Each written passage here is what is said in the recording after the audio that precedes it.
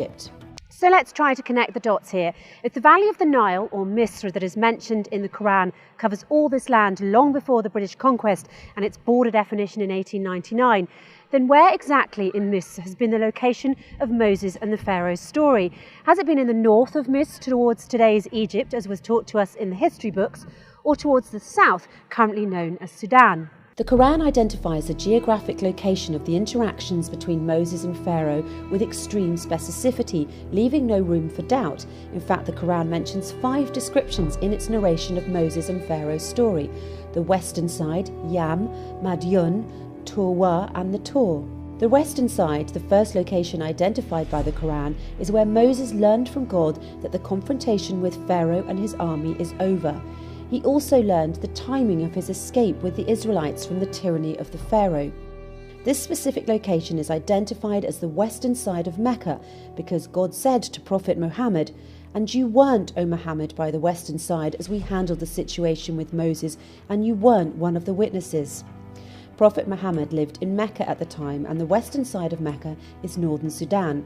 If anything, this tells us that the story of Moses and Pharaoh took place in what we now know as northern Sudan, or to be precise, in the southern part of Misr before the 1899 borders. By the way, it's worth noting here that back then there was not the land that is now called North Sudan. It was known as the Nubian Kingdom of Kush. Hence you can confidently say that Misr was in Egypt, Lower Misr, in addition to Kush, Upper Misr, until now the Abyssinian highlands. Kush was the home of people of dark skin called the Kushites, who built a strong civilization economically, politically and spiritually. In fact, the people of Kush built around 300 pyramids compared to the 60 pyramids built in Lower Misr, Egypt. There were always disputes between Upper and Lower Misr about who would rule Misr as a whole, and indeed the Nubian Kush or Upper Misr succeeded sometimes in ruling Misr as a whole.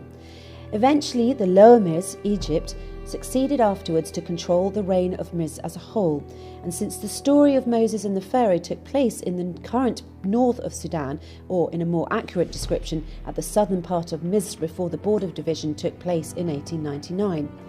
This then means that the story of Moses and the Pharaoh took place in the land of Kush, or in the Upper Misr region, and that the Pharaoh that was referred to in the Quran is a proper noun for one of the kings of Kush, or Upper Misr, that is currently north of Sudan, and not Ramses II, the king of Lower Misr, Egypt, as narrated in some history books.